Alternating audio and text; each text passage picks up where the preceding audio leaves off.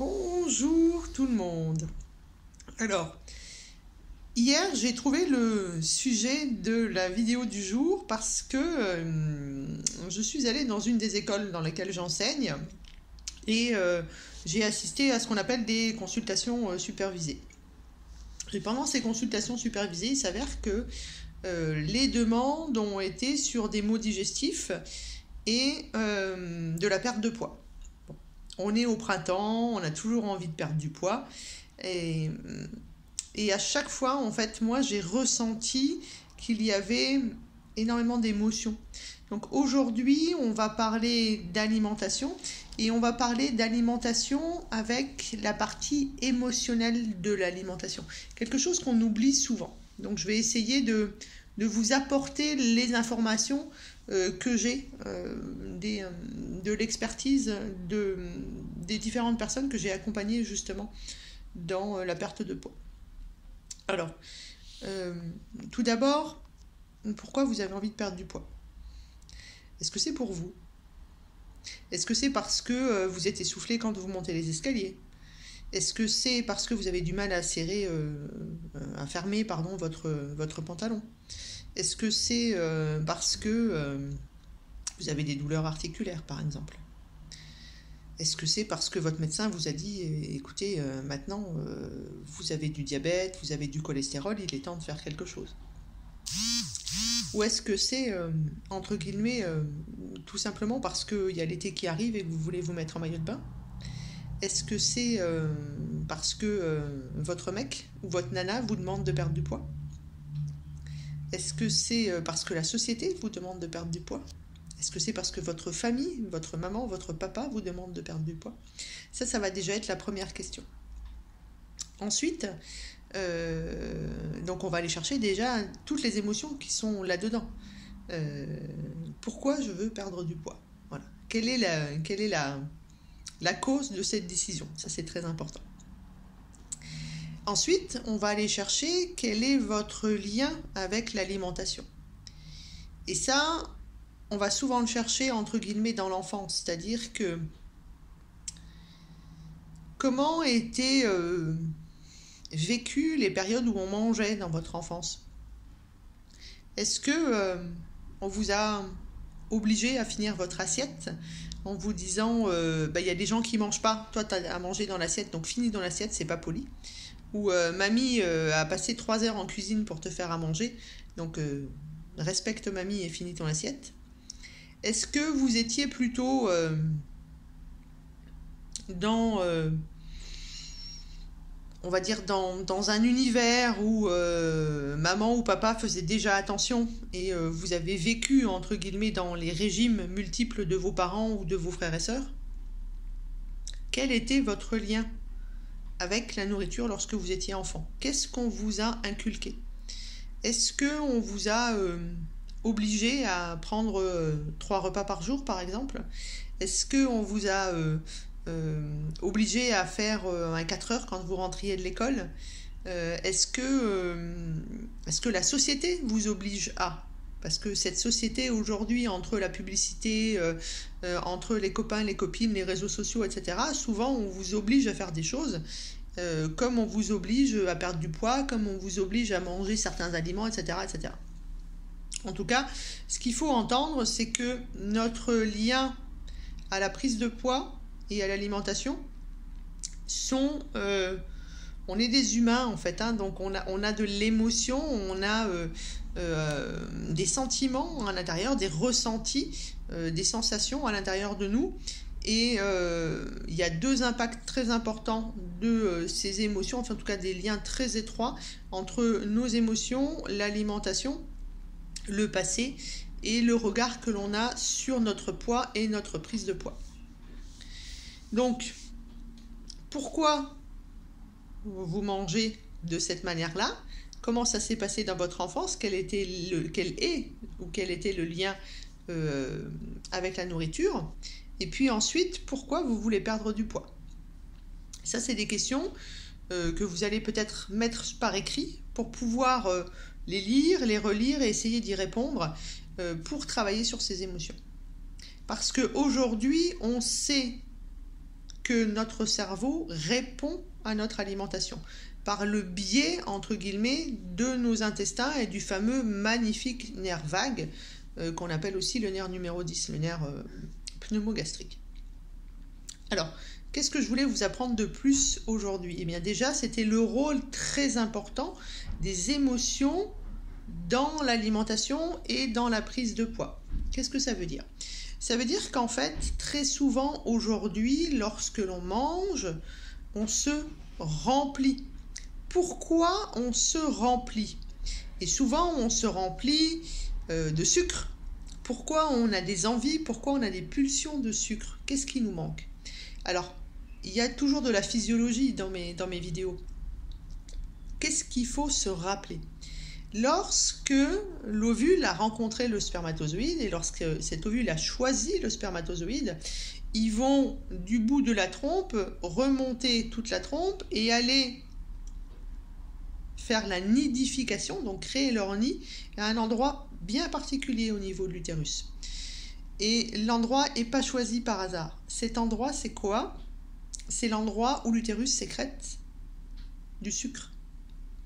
Donc, dès votre naissance, l'amour est lié au sucre. La croissance, la genèse est liée au sucre. Et ça, c'est ancré dans notre cerveau, alors qu'on est, entre guillemets, qu'une morula, c'est-à-dire quelque chose qui ressemble à une petite mûre et pas une morue. Morula, c'est morue en latin. Quelque chose qui est un ensemble de cellules, 16, 32, je ne sais plus exactement, et là aussi, peu importe, mais en tout cas, on n'est qu'un ensemble, un tout petit nombre de cellules, et déjà on sait que l'amour, la genèse, la création, c'est lié au sucre. Et ça, c'est juste complètement dingue. Et donc, à chaque fois qu'on va avoir un souci pour gérer nos émotions, quelles qu'elles soient, c'est-à-dire elles peuvent être joyeuses, elles peuvent être tristes, elles peuvent être, il y a le noir, le blanc, le gris, etc. En tout cas, à chaque fois qu'il va y avoir une émotion qui ne correspondra pas à notre moment présent, eh bien, on va avoir des pulsions alimentaires. Alors, ça peut être des pulsions salées, des pulsions sucrées. Et on va se retrouver, du coup, à pas être bien dans notre cerveau, du coup, à inconsciemment, bien sûr, hein, tout faire pour oublier ses émotions. Et puis, on va aussi planquer les émotions. On va les éviter. Voilà. On va manger pour éviter les émotions et souvent on mange entre guillemets mal, en tout cas ce qu'en naturopathie on appelle mal, parce qu'on va manger des excitants, on va manger du sucre, etc. Mais ça marche pareil avec le saucisson et les chips, hein, de toute façon. Et du coup, comme on va manger mal, on va faire des toxines, on va avoir une digestion qui ne va pas se faire correctement. On va prendre du poids, bien sûr, mais on va surtout engluer notre caboche. En fait, on va mettre dans notre tête, en fait, du brouillard. Ce qui fait que on planque nos émotions, on ne les voit plus. Et surtout, on peut se reconcentrer que sur le corps physique, que sur ce qui se passe à l'extérieur et pas du tout ce qui se passe à l'intérieur. D'ailleurs, entre guillemets, lorsque l'on fait un jeûne, qu'il soit intermittent ou pas, c'est important de se dire que lorsque vous allez faire un jeûne, c'est super génial de faire un jeûne, vraiment. Eh bien, pendant le jeûne, il va y avoir la gestion des émotions. Et ça ne va pas forcément être facile puisqu'il y a des choses que vous planquez inconsciemment depuis très longtemps. Ensuite, je voulais vous parler de l'alimentation naturopathique par rapport à cette gestion des émotions. Donc j'ai une de mes collègues qui disait récemment le naturopathe n'est pas psychologue.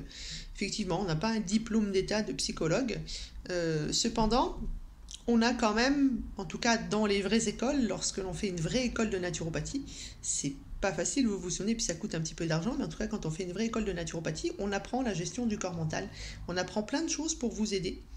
Et le naturopathe peut très bien, entre guillemets, devenir votre personne référente pour parler de vos émotions.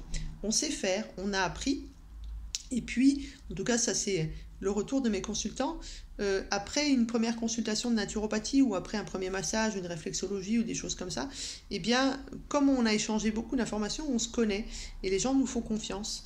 Et moi, j'ai des gens qui viennent me voir, entre guillemets, entre guillemets, hein, juste pour parler, parce que ça leur fait du bien de sortir leurs émotions et qu'elles ont plus de résultats que chez le psychologue, puisque je ne dis pas que les psychologues c'est pas bien, hein, non, il faut travailler avec les psychologues et j'ai des collègues psychologues, donc non, je ne suis pas en train de juger le travail des psychologues, je suis juste en train de dire que la naturopathie, elle peut vous aider dans cette libération des émotions, dans ce besoin de parler, parce que en plus, si vous voulez, donc il y a un lien de confiance, et puis on a toutes ces connaissances sur l'alimentation, sur quelle alimentation en fonction de votre tempérament, et dans quelle période de votre vie vous êtes, et qu'est-ce que vous mangez et qu'est-ce que vous devriez manger.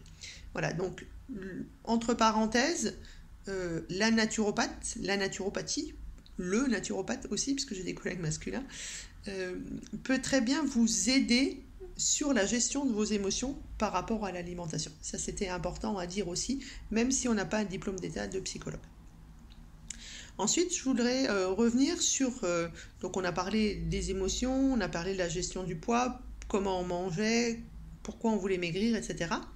Et puis, c'est important aussi de se rendre compte que apprendre à manger d'un point de vue naturopathique, c'est peut-être pas forcément ce que vous pensez.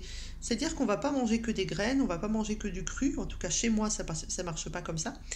Et puis surtout c'est de se dire qu'est-ce que je mange actuellement qui ne me réussit pas et je me rends pas compte parce qu'en fait je suis justement dans une gestion de l'émotion et je mange des choses qui me font plaisir et peut-être je réalise pas que c'est quelque chose qui est pas bien.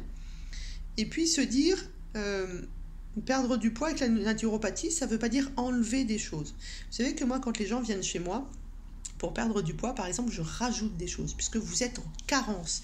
Vous mangez beaucoup, mais vous êtes en carence. Pourquoi ? Parce que vous avez une très mauvaise digestion.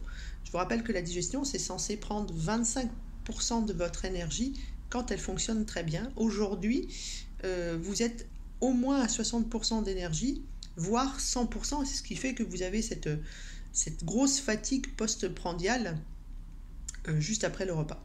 Post-prandiale après le repas.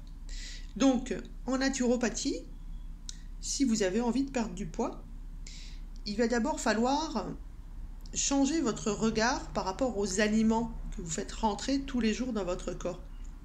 En naturopathie, on est plutôt sur la qualité.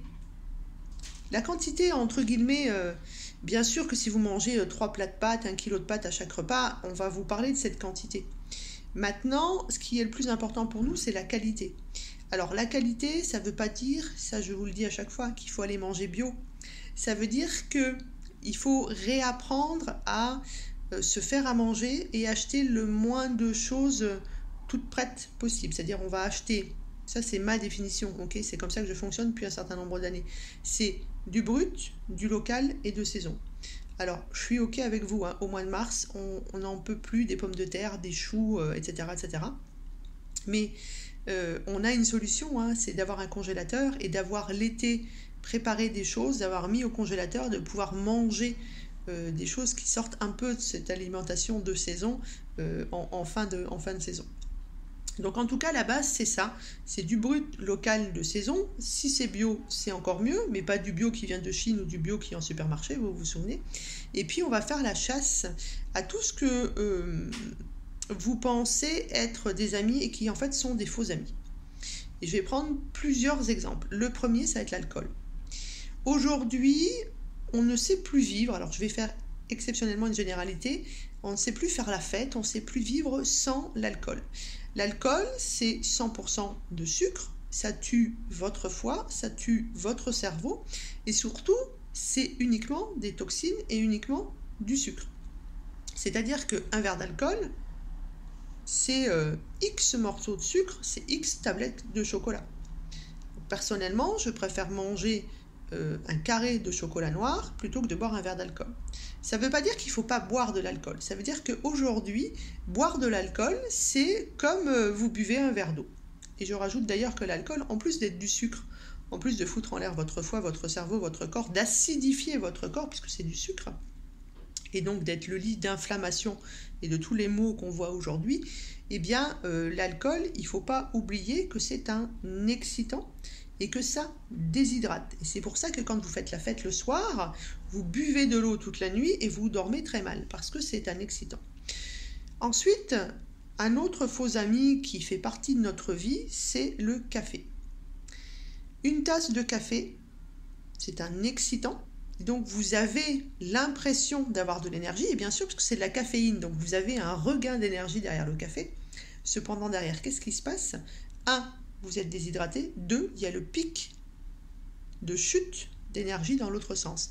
Et là, vous rentrez dans le cercle vicieux en vous disant, bouf, je me refais un café. Et là, c'est la cata. Donc, le café, c'est un excitant et un déshydratant. Un faux ami, donc. J'avais mon prof d'hypnose qui disait toujours, à chaque fois que tu bois un café, tu fais un chèque en blanc, en fait. Ben, c'est ça. L'alcool, c'est donc un excitant, du sucre, donc de nouveau un faux ami. Et puis, on va rentrer le tabac, bien évidemment, la même chose, hein. La nicotine est un excitant. D'ailleurs, pourquoi vous prenez du poids lorsque vous arrêtez le tabac? Pourquoi vous prenez 3 kilos? C'est physiologique, puisqu'il n'y a plus la nicotine qui est là pour vous couper l'appétit. Il n'y a plus ce côté excitant et vous avez besoin de rapporter quelque chose. Et puis, on va rajouter là-dessus tous les sucres, en tout cas tous les sucres raffinés, tous les sucres rapides, ce sont des choses qui ne sont pas bonnes pour la santé, puisque de nouveau, de la même manière, c'est des excitants et c'est des acidifiants. Voilà. Donc, ça veut dire qu'en général, on va vous demander, en tout cas d'un premier abord, de diminuer tout ça dans votre vie, voire, une fois qu'on a pris le relais avec la gestion des émotions, par exemple, mais aussi une nouvelle manière de manger, une nouvelle manière de bouger, eh bien, on va pouvoir les éliminer complètement. Ça ne veut pas dire que de temps en temps, on ne peut pas se boire une bière, un verre de vin rouge, etc. Le but, c'est toujours de se dire, ou un bon café, c'est de se dire, attention, qu'est-ce que ça donne? Comment je peux, entre guillemets, rééquilibrer ça? Donc, se dire que tout ce que je viens de vous citer, tous ces excitants, c'est des acidifiants. Donc, je vais alcaliniser le plus possible mon alimentation avec la respiration, avec le sommeil, etc. etc. Voilà, ça, c'était pour moi très important. Et lorsque vous avez envie de perdre du poids, eh bien, tout ça, c'est du sucre, c'est de l'émotion. Pourquoi avez-vous besoin de sucre? Parce que vous manquez d'amour et quel que soit l'extérieur, je ne manquerai pas d'amour si je m'aime moi-même. Et ce n'est pas de l'égoïsme ni de l'égocentrisme. À partir du moment où vous vous aimez, vous n'avez plus besoin de vous remplir et vous n'êtes plus en carence d'amour. Et vous allez voir que tous ces artifices, tous ces excitants, ben en fait, vous n'en aurez plus besoin. Donc, le lien alimentation et émotion, il est très très très important. Donc posez-vous les bonnes questions. Ne pensez pas que lorsque vous allez voir une naturopathe, elle ne peut pas vous apprendre à travailler vos émotions, surtout les émotions liées à l'alimentation, puisqu'en plus elle vous connaîtra sur les 2 tableaux.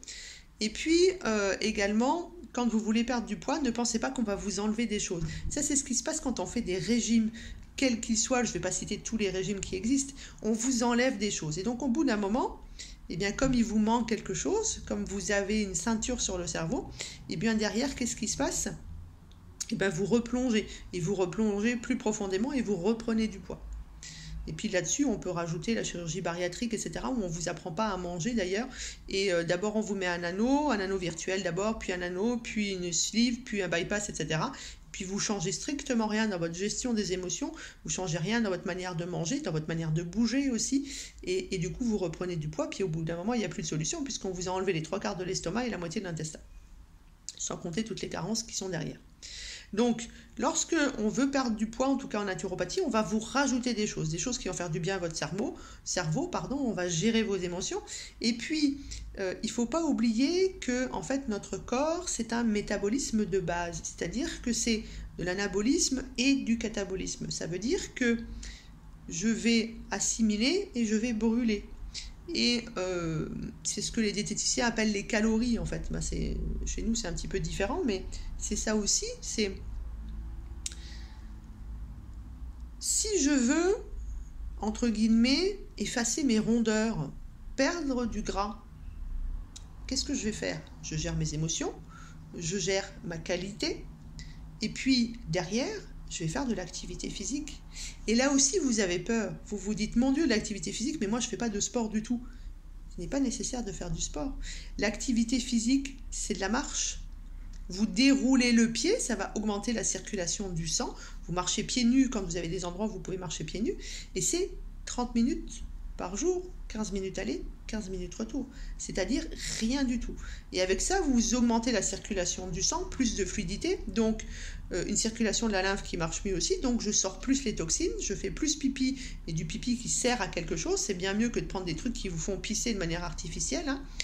Et puis, lorsque vous allez faire votre exercice de respiration, puisque j'arrive à la respiration, lorsque vous allez faire votre exercice physique, votre activité physique, ça va vous libérer la caboche aussi. Profitez-en peut-être si vous avez envie pour mettre quelque chose dans les oreilles, ou tout simplement profiter de la nature qui est autour de vous. 30 minutes par jour, et c'est la régularité qui fait que ça marche. C'est pas une fois ou 2 fois par semaine. Hein, d'ailleurs, les gens qui font du sport intensif, pourquoi vous allez vous perdre dans le sport intensif? Quelles sont les émotions que vous cachez? Pourquoi vous allez rechercher les endorphines dans le sport intensif? Et puis là-dessus, on rajoute la respiration, puisque le but, c'est aussi d'enlever toute cette acidité. Et la respiration, ça va aussi vous faciliter l'évacuation de l'acidité. Ça va vous permettre également, par le biais toujours de ce parasympathique, toujours de ce fameux nerf vague, eh bien, de retrouver des endorphines juste avec la respiration. Et ça, c'est juste quelque chose d'exceptionnel. Donc, vous voyez que lorsque l'on veut perdre du poids chez un naturopathe, eh bien, on ne va pas vous enlever des choses. On va vous rajouter des choses. Et puis, on va faire les choses doucement. Il n'est pas nécessaire d'être sportif de haut niveau pour pouvoir perdre du poids. Pensez à ce métabolisme. Pensez qu'en fait, il faut brûler, entre guillemets, plus que ce que vous rentrez dans votre corps. Et on va choisir surtout, ça c'est ce que je veux que vous entendiez, la qualité. C'est la qualité qui fera que vous n'aurez pas les herbicides, les pesticides, les émulsifiants, les additifs, les hormones, les antibiotiques, etc., etc. L'excès de sel, l'excès de sucre, qui va faire que vous allez perdre du poids. Parce que le poids en plus, c'est des toxines. C'est les toxines de tout ce que vous avalez, de tout ce que vous subissez. Et souvenez-vous, 80% c'est des toxines mentales. Donc voilà, c'était le lien entre les émotions, l'amour, l'alimentation. Qu'est-ce qui s'est passé avant? Pourquoi vous souhaitez perdre du poids? Et qu'est-ce que la naturopathie peut faire pour vous? Parce que, souvenez-vous, on a au moins 10 techniques pour vous aider. Et si là-dessus, vous avez la chance de trouver quelqu'un qui fait ou du tuina ou du drainage lymphatique manuel, eh bien, forcément, c'est gagné. Pourquoi j'avais aussi envie de vous parler de ça aujourd'hui, en dehors des consultations supervisées que j'ai réalisées, en tout cas auxquelles j'étais hier, c'est parce qu'aujourd'hui, j'ai une consultante qui vient faire son massage tuina, comme elle le fait tous les 3 mois, et elle est à moins 8 kilos. Voilà. 2 rendez-vous de naturopathie, elle est à moins 8 kilos. Moins 8 kilos, alors évidemment en 9 mois, puisque le but, c'est certainement pas de perdre du poids trop vite, parce que ça marche pas non plus, puis on remet en circulation des toxines et c'est pas bon. Seulement aujourd'hui, elle n'a pas faim, elle n'a pas de pulsion, elle marche tous les jours, elle fait 3 exercices de respiration par jour, et il lui manque rien dans son alimentation. C'est-à-dire qu'elle mange de tout avec parcimonie, et c'est juste quel aliment il faut manger à quel moment, parce que ça, on a une chronobiologie dans le corps, vous savez, c'est très important. Et puis, elle sait aussi quelles sont les bonnes associations alimentaires, et elle a repris le temps, puisqu'elle a toujours eu le temps là. Elle se l'est juste réapproprié pour faire à manger, et pour prendre soin de soi. C'est-à-dire qu'aujourd'hui, elle est devenue la personne la plus importante pour elle. Ce qui fait qu'elle s'aime et qu'elle n'a plus besoin de se remplir par du sucre, par de l'alcool ou par autre chose. Pensez à tout ça, puis là-dessus, je rajoute les perturbateurs endocriniens. Il y a de plus en plus de gens qui ont des trucs sur les ongles, qui se font des couleurs, qui se font des faux cils, des tatouages, de cils, de lèvres, de machin et de bidule. Tout ça, c'est des perturbateurs endocriniens. C'est exactement la même chose. C'est des toxines supplémentaires. Et donc, ça rentre en compte dans votre prise de poids. Voilà ce que je voulais partager avec vous aujourd'hui. Je vous souhaite une belle journée et puis je vous dis à bientôt.